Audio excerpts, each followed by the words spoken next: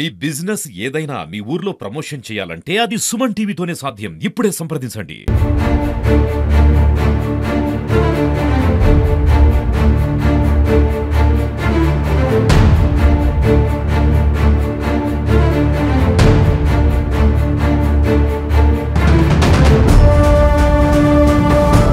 నాన్న పేరు మీద ఉన్నటువంటి 28 గుంటల భూమిని కూడా అత్త పేరు మీద రిజిస్ట్రేషన్ చేశామనుకోండి, ఒకవేళ చనిపోతే 5 లక్షల రూపాయలు రైతు బీమా ప్రభుత్వం అందిస్తుంది. అంటే ఈ వెంకటేష్ అనే వ్యక్తి మాత్రం 70 లక్షలు వస్తాయి, నా అప్పులన్నీ కట్టుకోవచ్చు, మొత్తం కూడా నేను నా విలాసాలకు కూడా నేను ఉపయోగించుకోవచ్చు అని చెప్పి కూడా ఆలోచించి ఒక టెర్రర్ మర్డర్ అయితే ఇది.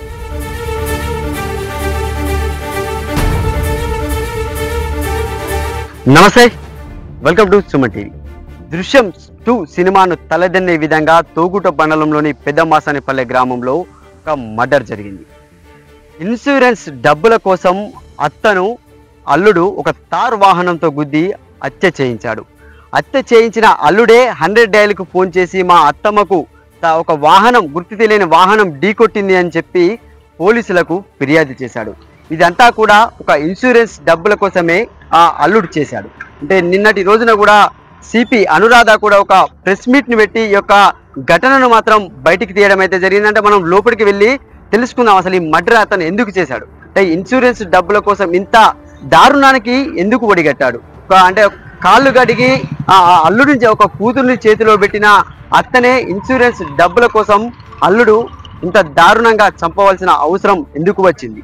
ప్రాథమికంగా పోలీసులు విడుదల చేసినటువంటి అంటే ప్రకటన ప్రకారం అయితే అంటే ఈ విషయంపై పోలీసులు ఒక ప్రాథమికమైనటువంటి విషయాలను కూడా నిన్నటి రోజున సిపి అనురాధ సిద్దిపేటలో ప్రెస్ మీట్ పెట్టి విషయాలను అయితే బయటికి చెప్పడం జరిగింది. 22 లక్షల అప్పు అంటే కోళ్ల ఫారం ద్వారా కూడా పెట్టి ఒక కోళ్ల ఫారం పెట్టి నష్టపోయినటువంటి అల్లుడు అత్తకు అంటే ఒక 4 నెలల ముందు నుంచెల్లే ఇన్సూరెన్స్ చేయించడం మొదలుపెట్టారు. అంటే అత్తపై ప్రేమ కురిపించడం, అంటే అత్తమ్మ మీకు ఈ ఇన్సూరెన్స్ చేయించుకోండి, అత్తమ్మ మీకు ఈ ఇన్సూరెన్స్ చేయిస్తానని కూడా పోస్ట్ ఆఫీసుల్లో కానీ ఇంకా SBI బ్యాంకులో కానీ ఆమెకు ఇన్సూరెన్స్ చేయించాడు.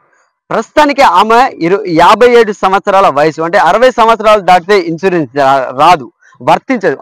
ఇదే ఆసరాగా తీసుకున్నటువంటి అల్లుడు ఇన్సూరెన్స్ చేస్తే లక్షల్లో డబ్బులు వస్తుంది, ఆ డబ్బును నా అప్పులు మొత్తం తీర్చుకోవచ్చు అనే ఒక అత్యాశతో కూడా అత్తను హత్య చేయించాడు. కార్ వాహనంతో గుద్దిన వ్యక్తి కూడా వెంకటేష్ వల్ల సొంత తమ్ముడే, అంటే ఇద్దరు కూడా అన్నదమ్ములు.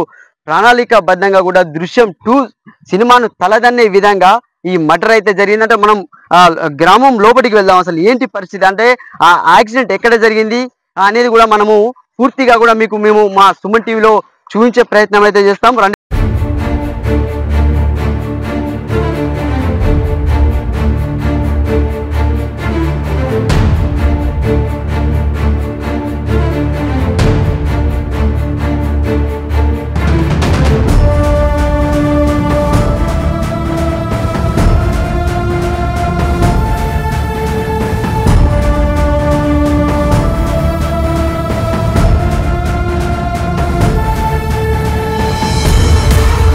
అల్లుడు హత్య చేశాడు, యాక్సిడెంట్ గా దాన్ని చిత్రీకరించాడు. అంటే ఆ ప్లేస్ కు మాత్రం రావడం జరిగింది. అంటే పెద్దమాసాన్పల్లికి కొద్ది దూరంలో అంటే వెంకటేష్ వాళ్ళ బావి ఉంటుంది.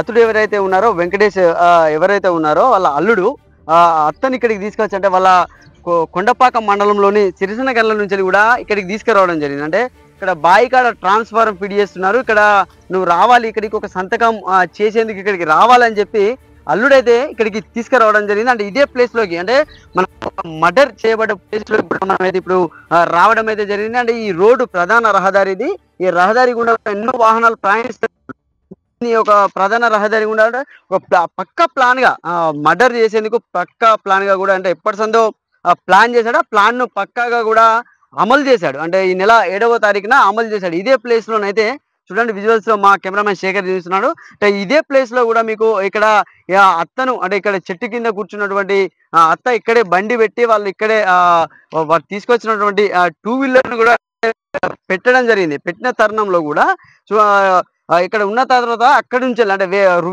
ఇదే రూట్ లో వచ్చినటువంటి ఆ తార్ వాహనం అనేది కూడా ఢీకొట్టింది. ఆ ఢీ కొట్టడంతో కూడా అప్పటికప్పుడు ఆమె మృతి చెందింది, ఇక్కడే కూడా ఆమె చనిపోయింది.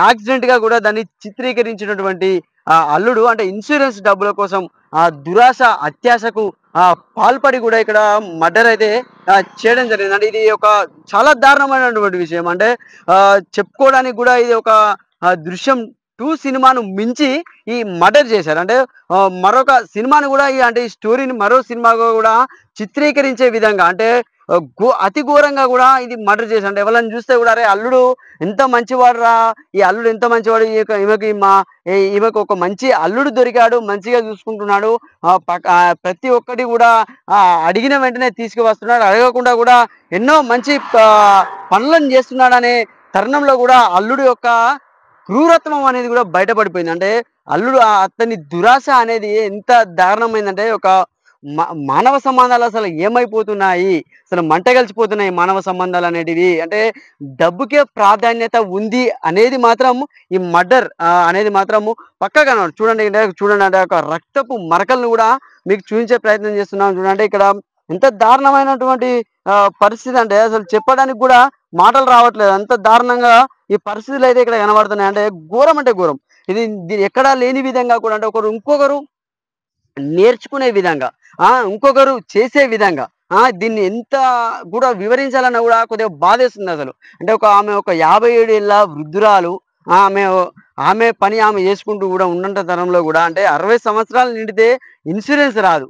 ఆ ఇన్సూరెన్స్ రాదనే అది మళ్ళా అప్పులు ఎలా కట్టుకోవాలనే అదితో కూడా అంటే ఈ తాళ్ళ వెంకటేష్ అంటే చాలా దారుణమైనటువంటి వ్యక్తి. అంటే చూడండి అక్కడ కూడా సంబంధించినటువంటి అవి చెల్ల చెదురుగా పడిపోయిన పరిస్థితి కనబడుతుంది ఇక్కడ మనకు. సిరిసన్న గనుల నుంచి అలాంటి ఇంటి దగ్గర ఉన్నామని ఇక్కడికి తీసుకువచ్చి ఇక్కడే కూర్చునబెట్టారు. అంటే చూడండి అటు చూడండి విజువల్స్ లో ఇక్కడ కూర్చునబెట్టారు. అక్కడ కూర్చునబెట్టి ఆ పోస్ట్ ఆఫీస్ లో 15 లక్షలకు సంబంధించినటువంటి బీమాని చేశాడు. మళ్ళీ అందులో SBIలో 40 లక్షలకు సంబంధించినటువంటి బీమా చేశాడు.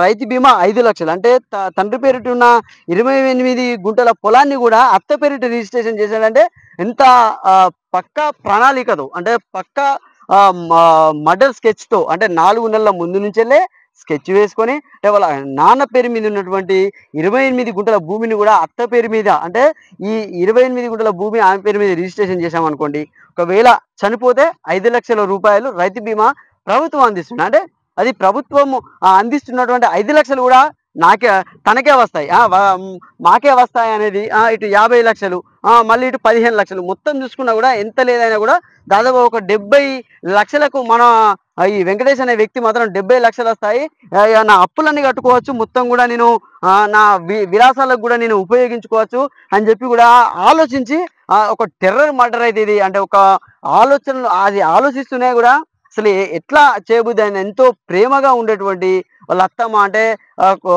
అల్లుడే నాకు కొడుకుగా మారాడు అనే తరుణంలో కూడా ఇట్లాంటి మర్డర్ చిత్రీకరించి మళ్ళా ఆయనే మర్డర్ అంటే ఒక యాక్సిడెంట్ అయిన వెంటనే 100 డైల్ చేయడం, 100 డైల్ చేసి ఇట్లా మా ఇక్కడ యాక్సిడెంట్ అయింది సో అంటే ఇట్లా ఇక్కడ యాక్సిడెంట్ అయింది, మా అత్తమ్మకు బాగా తీవ్ర గాయాలయ్యాయని చెప్పి కూడా అంబులెన్స్కు ఫోన్ చేశాడు. అంబులెన్స్కి ఫోన్ చేసిన తర్వాత 100 డైల్ చేసి అంబులెన్స్ చేసిన తర్వాత పోలీసులు రావడం జరిగిపోయింది.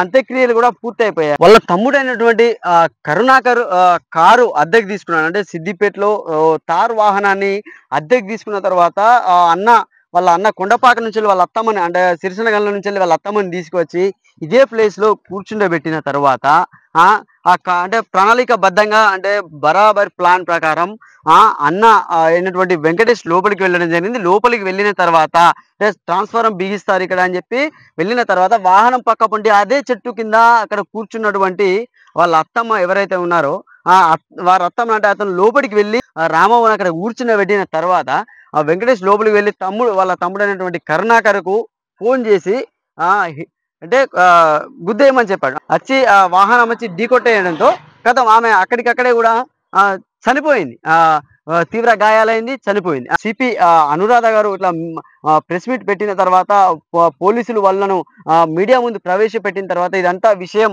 సోషల్ మీడియాలో వైరల్ అయిన తర్వాత గ్రామస్తులు మాత్రం నిబరపడడానికి కూడా వెనుక ముందు అవుతున్నా, మాట్లాడడానికి కూడా ఎవరు రావట్లేదు. వాళ్ళ ఇంటి అడ్రస్ చెప్పడానికి కూడా భయపడుతున్న పరిస్థితి కనబడుతున్నాయి ఇక్కడ ఈ పెద్దమాసనపల్లె గ్రామంలోనైతే.